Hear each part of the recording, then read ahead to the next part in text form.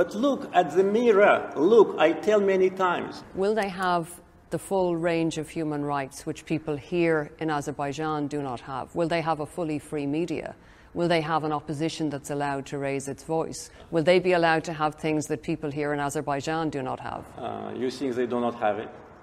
Why do you think that people in Azerbaijan do not have free media and opposition? Because this is what I'm told by independent sources in this country. Which independent sources? Many independent sources.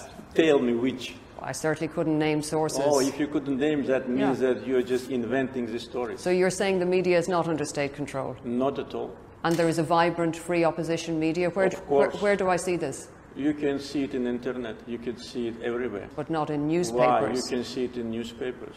Whom do you call opposition here? Can I ask you? Well, is there allowed to be an opposition here? Yeah, it is allowed, of course. I mean, NGOs are the subject of a crackdown. Journalists are the subject of a crackdown. Not at all. Critics are in jail. No, not at all. None of this is true. Absolutely fake. Absolutely. We have free media. We have free internet. Now, due to the martial law, we have some restrictions. But before, there have been no restrictions. And the number of internet users in Azerbaijan is more than 80%. Can you imagine the restriction of media in a country where internet is free, there is no censorship, and there are 80% of internet users? We have millions of people on Facebook. How can you say that we don't have free media? This is, again, a biased approach. This is an attempt to create a perception in Western audience about Azerbaijan. We have opposition, we have NGOs, we have free political activity, we have free media, we have freedom of speech. But if you raise this question, can I ask you also one? How do you assess what happened to Mr. Assange? Is it a reflection of free media in your country? We're not here to discuss no, my let's country. Discuss. No, let's discuss. No, President In order Aliyev. to accuse me, saying that Armenians will not have free media here, let's talk about Assange. How many years, how many years he spent in Ecuadorian embassy? And for what? And where is he now? For journalistic activity. You kept that person hostage, actually killing him morally and physically. You did it, not us, and now he's in prison. So you have no moral right to talk about free media when you do these things.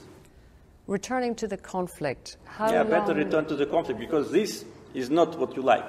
You like only to accuse, only to attack. But look at the mirror. Look, I tell many times, before coming and lecturing us, and in your question, accusing me, it's not a question, it's accusation.